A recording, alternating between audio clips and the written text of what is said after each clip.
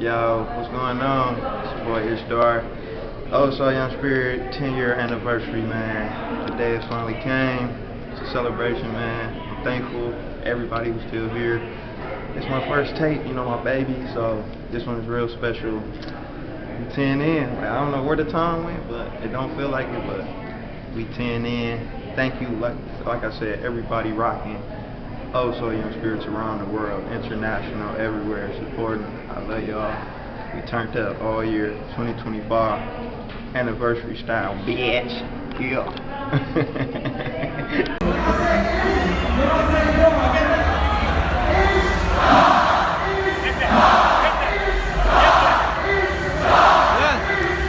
They're ready for you, bro. They're ready for you.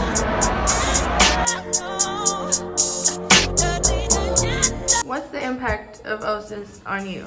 So the impact it had on me, it always give me something to vibe to. It's my kind of music, it's my kind of flow.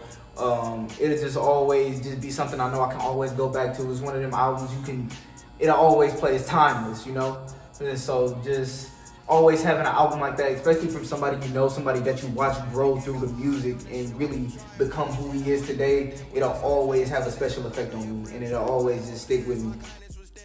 For a second, I'll find it in here. Caught once I wear it. Ocean's had a crazy impact just because, my story a little bit different, what I'm saying? I'm big bro, so like, I've watched him, grow musically since sophomore year in high school. And then, so like when he dropped his first full-length LP, that was just kind of like a crazy milestone for like the family and like just knowing where we came from, how we used to write the raps in the basement off the PSP, and y'all have probably heard the stories, but like, so for him to drop his first full-length LP, mixed, mastered, original beats, the whole nine, it was like crazy, like he can actually do this shit. And then for it to make the waves that it did, like, we got a lot of sections off of OSIS. We had a lot of fun, did a lot of shows, met a lot of good people, crazy people off of OSIS. So that's one of my, that time period is one of my funnest time periods, because it was new to us, it was new to him, it was new to the world, and we were just soaking it up, eating it up, and riding with the wave.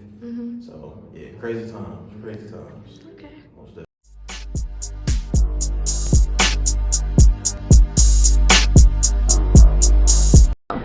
Ishtar. Yes. What's your favorite song off Old So Young Spirit? Okay, my favorite song on Oh So Young Spirit, I like them all, but if I had to pick one, I would pick Overdue Interlude. Yeah. Why? Really the beat. Started with the production on that one. My boy Canis. It gave me like the most old soul young spirit feel. And it's crazy. I think I named it that after I had the tape of the name, but y'all know what I'm trying to say. But so I would say Overdue Interlude. Okay. Make some noise, y'all in this motherfucker beat, man. Y'all in this motherfucker beat, man. That's how the fuck you get down. It really showed me, and I think it showed a lot of people, whether they want to like admit it or not, that it was like really possible to, take this shit serious, coming from where we come from. Of course, it's been like flash in the pan scenarios or cases with, older artists, but I think bro really made it like, he made it clear that it's like, it's very achievable to reach the masses with like, a laptop down there and a couple pieces of equipment. And it is just like, it really motivated me to want to like, try something I saw as just like a hobby before and try to really like put some effort into it for sure. Because, just different like topics that niggas would like talk about and different, songs would be so relatable. And it's just like, well, I ain't got to talk about, the typical shit that you hear on these songs. I can really talk about some real life shit that I go through personally, and it sounds like something that, people are gonna like listen to and replay over time, and it could be looked at as a classic. So I think that's what it did, and that was the impact that it had for me. And like I said, whether a lot of people want to admit it or not, it's one of those things where, it made it look really like, I ain't gonna say easy because this shit ain't easy, but it kind of made it look easy damn near, you know what I mean? So, yeah, that's what I feel like. Okay.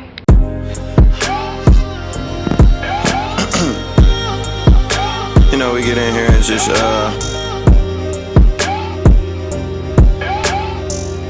kind of do our thing.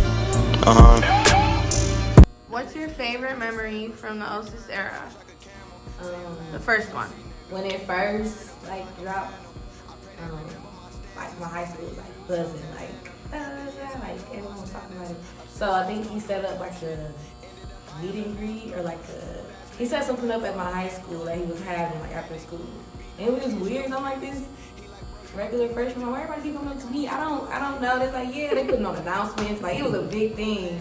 And then I had to go get them and they all walked in with like all their friends and stuff. It was just crazy. Like I really remember it. I'm like, this is crazy. Like, and y'all keep coming to me. I don't know. Like I'm new to this too. But I think that was just like, I don't know, I thought it was a good like welcome into high school. Like, yeah, just like that. Blessed in. Plan B, seeing I'm sharp as Miyabi. Buddha man, check the ballistics. Then send all them hoes to the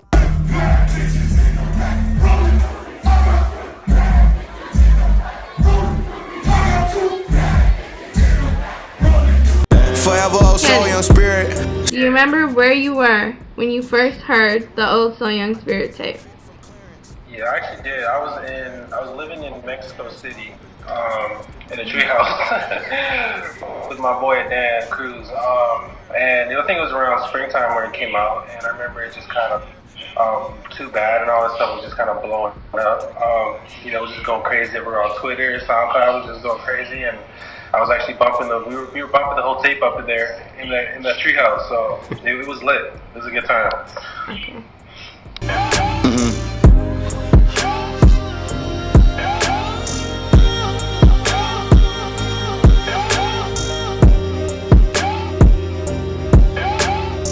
Why was OSIS impactful to you? OSIS was so impactful to me as a music lover because a lot of us 90s babies, we were raised by pure hip hop heads that eat, sleep, live and breathe hip hop. And so when I heard Old Soul Young Spirit and it had such soulful beats and samples paired with like a grit and like dirty grunge Wu-Tang era, it just brought such nostalgia and it felt very familiar to me, and I felt understood because at that moment in time there was nothing, and even still in this moment in time there is nothing quite like it coming out of our city. So it's truly one of one. Asking what's funny, I'm back with my Tommy. I move with the gang, we came like an army. I'm cussing my fangs and cussing my garments. I'm back, yeah, I'm back, I ain't doing no bargains. I'm not gonna say it, no, I'm still the hardest. I'm right here in friends, but gang, I don't call these. I'm bringing my gun, if I can't, then I'm walking. I heard you was dissing, I ain't saying nothing now. Baby, you tripping like that is your other guy. I hit the boot 100 shots like a juggernaut. Okay, the people want to know, what is your favorite memory from the first OSIS era, 10 years ago, 2015, tape drop? Yeah. If I had to say, it would be the European tour. Like that was my first tour. It was international and national, and got to bring Pops with me. So that was kind of like just the experience alone, just seeing Pop's face, bringing them, and just kind of seeing what that did for OG. I didn't even really know the gravity of it, but over time it became my favorite memory because it was the most talked about memory still, of Pop shit. Like Copenhagen, man, we smoking good weed.